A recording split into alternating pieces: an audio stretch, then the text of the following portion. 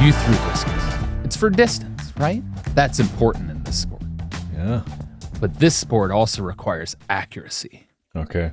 Would you have found discus more enjoyable if you had targets to throw at? Whether it be people, or a target, or people, or a patch of grass, or a hole in the ground. There was a time when I almost decapitated someone. Wait, really?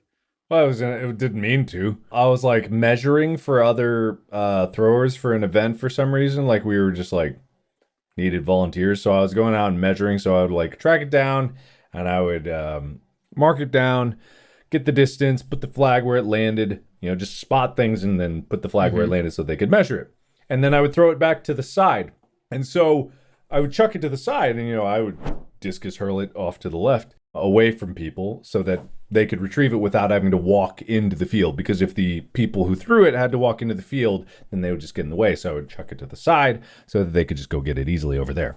Well, someone else just so happened to be walking in this area, which if you know where the discus field was, there was like a practice field next to it. So it was a big open space. But usually when people were coming from the track to go out, they would go, through the parking lot. But this was just a field that also led towards the high school because it was like a shared space for the junior high and high school.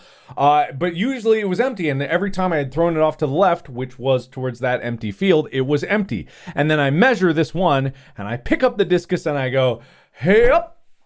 And I look. And it's going right towards this kid who's not looking like, and I go, ah! I don't think it was quite like that, but I just, you just can't form a word. You don't yell "for" or "watch out," you just go, ah! Legitimately, you can't come up with a word in time because your brain just goes, panic, warn them, and your mouth was already open because, you're just a teen walking around like this, and then it's just like, you just... And so... Turns out my aim was not as good as I thought it was, so it didn't go anywhere near them. It was just like way off to the side. Imagine if you yelled and they ran into it. I had that almost happen with shot put, but that was not when I was measuring. That was when I almost got hit in the head because it was literally just like I bent down to pick it up and someone shouted because I think they threw. I don't think they were warning me or anything. I just heard, "Arr!" And I lean up and I see shot.